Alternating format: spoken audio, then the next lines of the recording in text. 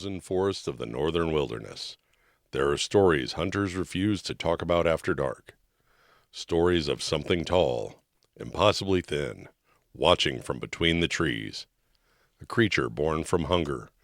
A curse that begins when a human crosses a line that should never be crossed. Cannibalism. In Algonquian legend, those who commit this act risk becoming something else entirely. Something no longer human. A creature with an endless hunger. A spirit that can possess the living. A monster that grows stronger the colder and darker the forest becomes. Tonight, we take a deep dive into the Wendigo with the Veritas Project.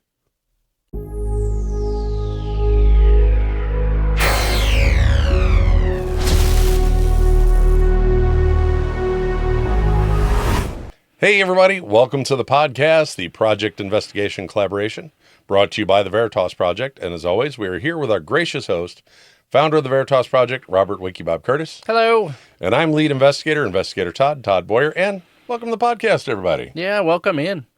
What's going on in local news? We've been working on the house a lot. Good. The old farmhouse. I got the carpet done in the entire back of the house now. Wow.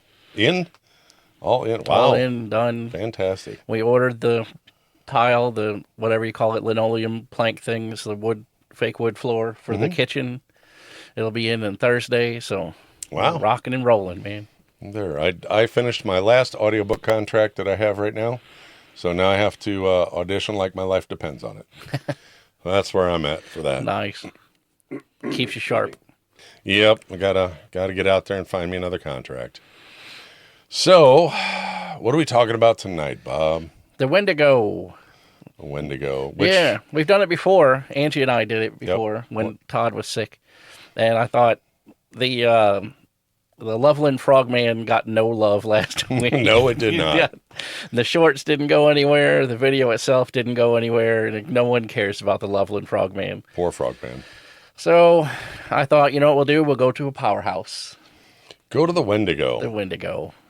So the Wendigo, the origins were in Algonquian folklore from the Cree, the Ojibwe, and the Algonquian traditions.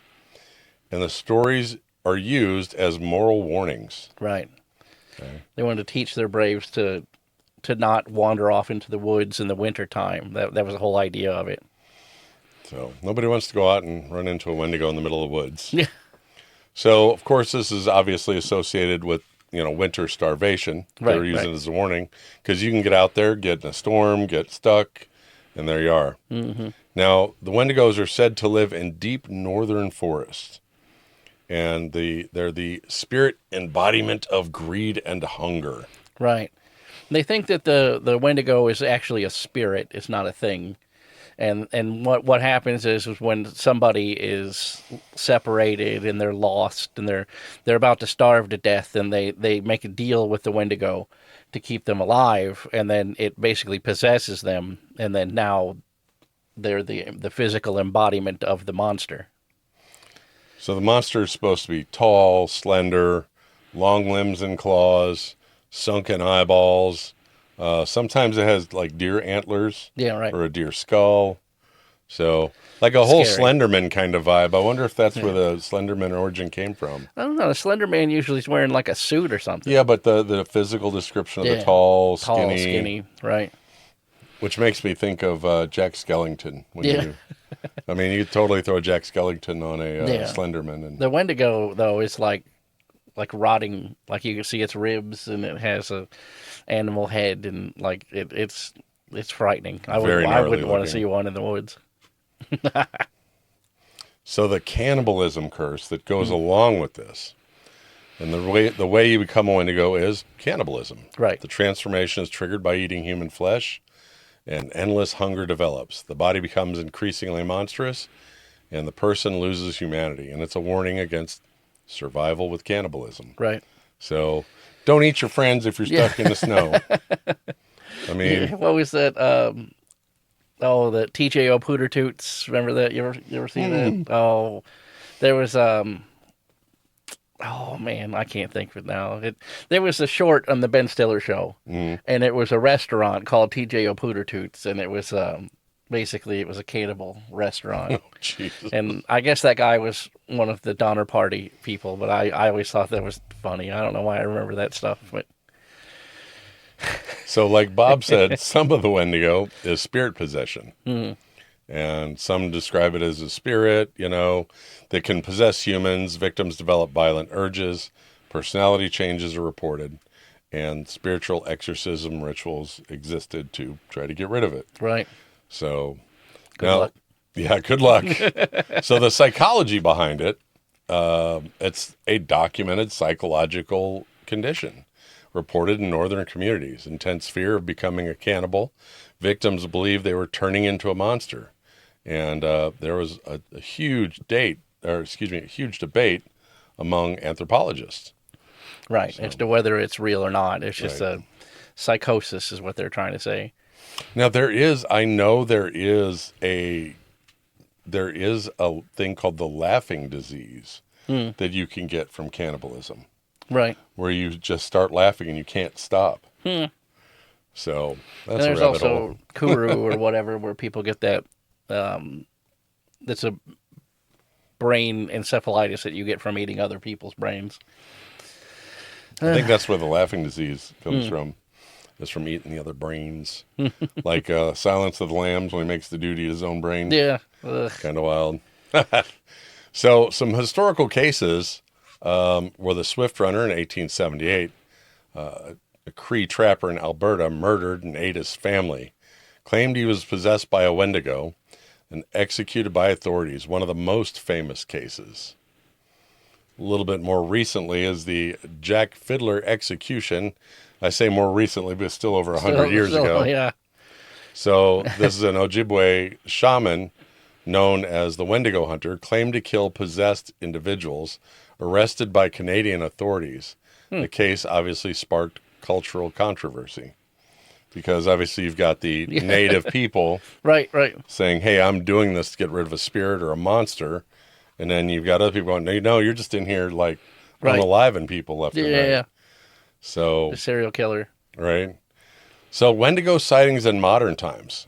And there are reports from northern Canada, hunters hearing strange calls, tall figures seen in the woods, and strange footprints in the snow. And eyewitness accounts still circulate. So is this like another, this could almost fall into the Bigfoot territorial different versions situation. You know what I'm saying? Because, depending on where you go in the U.S. is a different Bigfoot. Now you go up in more northern Canada, you could fall into like a Wendigo type of situation. Right. It's a regional version of Version of yeah. the Bigfoot. Somebody commented on our dog man video about when I said that I had commented on that lady's live about the Wendigo, if that could be a Wendigo, and he took that to heart to think that was a personal insult against the dog man for some reason. But I was like, the dog man didn't exist then. Right. You know what I mean? They just saw something in the road that was eating an animal, and I brought up that, the Wendigo is active in that region, Right. So maybe that's what it was. And now we know it as the Beast of Prey Road. But back then, it was not fully articulated that it was a wolf-like creature. So leave me alone. Leave Bob alone in the comments. Right? So we have the deer skull image. Now, this is a more modern depiction. The deer skull, the antlers. Yeah. And it's not always present in the original folklore. No. In the original folklore, the Wendigo looked a lot like Gollum or Smeagol, whatever you want to call him from the Lord of the Rings series. It was an emaciated dude with no clothes on living in the woods. So this was not always present in the original, and this was popularized by horror media, and it makes the creature visually iconic. And there's a lot of debate about the authenticity of the deer skull.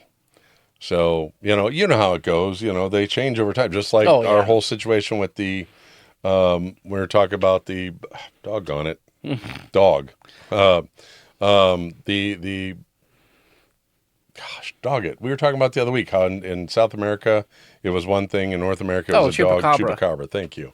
My brain is not braining today. Right. My brain never brains. I swear. Yeah, and cultural aspects of it change over time too, because like let's say when it was originally drawn, it might have been like a Smeagol type, thing that lived in the woods, but then like an artist drew it wearing a deer skull, and then it incorporated the deer skull into it, right? And then it became like it had a deer skull, where originally it was a guy wearing the deer skull.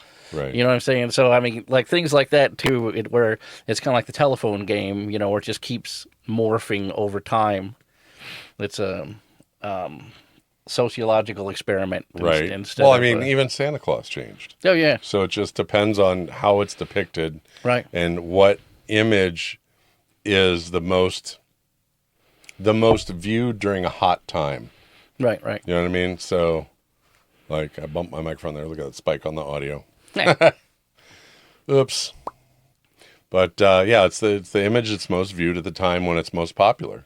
You know what I mean? Right. You could have 100 images, all different. Whichever one people like the most, it gets viewed. That's the one they're going to go to. So that's going to become the new popular thing. So. Yep. I agree. So let's see. Wendigo and winter starvation.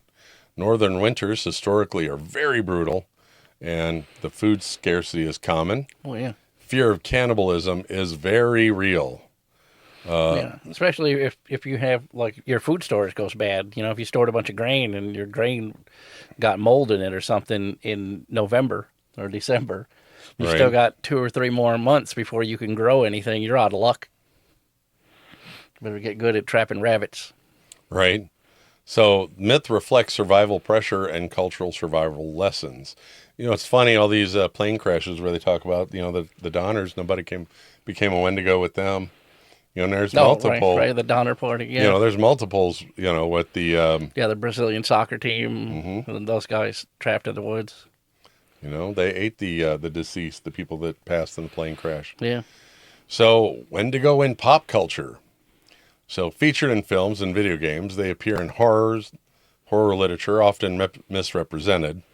And they increased awareness of the legend, keeps myths alive for modern culture. So, how many movies have you seen with the Wendigo? You and Angie see it. Watch it was, all it the was horror a good movies. episode in Supernatural about the Wendigo. Yeah. And there was a movie called The Ritual that came out a couple years ago that has a Wendigo-like creature in it. That's fantastic if you ever want to seek that out. I won't say you and Angie watch horror movies. You and Angie watch all the horror movies. Yeah, we watch a lot. You guys have probably seen just about everything out there. Yeah, we watch a lot of horror That's movies. your guys' genre. You are all about that. You know what? It's hard for me to get into them because of the slow pacing a lot of times with the horror movies. Good old ADHD brain. Yeah, Can't wait for the action to start. So, I do like the ghost movies though. Yeah. So, oh well, Wendigo for the win. So, cryptid versus spiritual entity, right? So, it's looked at both ways. Right. So, like you said, the older legends believed it was a spirit that took over a body. Right. And then some of the legends are, if you cannibalize someone, boom, you turn into it. So the modern cryptid hunters always debate about the nature of it. So it's just, is it symbolic? Is it literal? Which is it? Yeah, it like you say, it could be different things to different people. Like, especially like we talk about the Bigfoot. The Sasquatch in the South is a different thing than it is in the West and in the North, and in India, the Yeti and things like that. Like it's a different description of the same creature in different cultures at different times, but they're all talking about the same thing. Right. It's all the same critter. Makes you wonder how many different things, like we brought up earlier. Could this be a Bigfoot offshoot even, you know? Right. I mean, so wilderness psychology, isolation in northern forests, extreme cold stress, sleep deprivation, fear hallucinations even possible. Oh, yeah, especially when you're hungry. Oh, yeah. You're hungry and you're not sleeping, so you're burning calories, and I can imagine. You'd eventually have a psychotic break, you know? Oh, what was that experiment they did where they kept everybody awake for hours and hours and hours? With the Russian sleep experiment? Yeah, that thing. Yeah. Some people were seeing craziness. Yeah. They were like doing craziness and go down that rabbit hole, guys. Yeah, for real. Look that one up. That is, you want to talk about hallucinations and sleep deprivation? They say after so many, like 2 days, you start to go insane. Yeah, for real. Like, Start hallucinating. so paranormal theories, supernatural forest entity or an ancient spirit. So interdimensional being, that falls under the Bigfoot, the interdimensional. Yeah, we talk about that all the time. Shapeshifter theory and unknown predator. Well, I think a lot of those with the unknown predator, I mean, interdimensional. I'm not so sure about the shapeshifter theory, but I'm definitely down with maybe interdimensional being or ancient spirit. You know, I'm definitely on board with those. Those are ones that, you know, right, make a lot of sense to what we talk about. And like we talk about too, like the egregores and the tulpas. You know, it could be a Native American version of that where they all believed in this thing that lived in the woods, so that thing lives in the woods, right? Yep. And then the white man comes along, and then we kind of bleed over into it, you know. So that's why it gives it less of a solid, you know, use case where it's like sometimes it's a dude, sometimes it's a horned monster. You know, it depends on who's thinking about it. Maybe it's a village situation. M. Night Shyamalan, The Village. Where someone's dressing up as a monster to keep everybody in check. Yeah, right. Sneaking around at night in the winter. And so it's there as, you know, a physical manifestation, right? But it's actually someone in a suit trying to make sure everybody stays safe and stays close to the village. And right. That's pretty smart when you think about it. Have one of the elders put on some antlers and a cloak and go out into the woods at night, and the kids are like, "What is that noise? I don't know. Go look out there." Oh, my, it's the Wendigo. It's going to get you. Yeah, and that's the way The Village was. The movie The Village, it went down that way.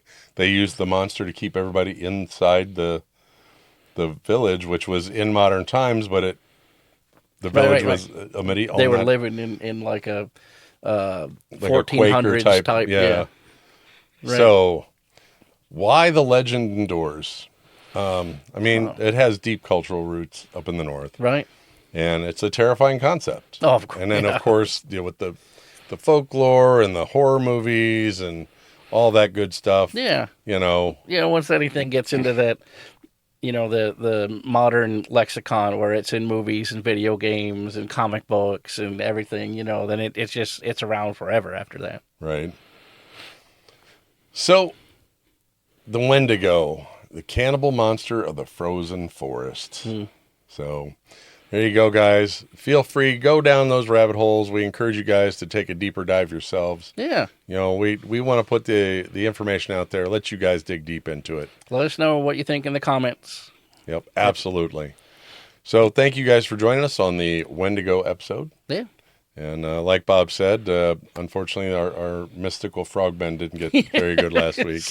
I thought for sure that would be a good one for the comment section. Yeah, you know, because of how just absolutely absurd it is. But no, nobody took the bait. Nobody liked it. Nobody had any fun.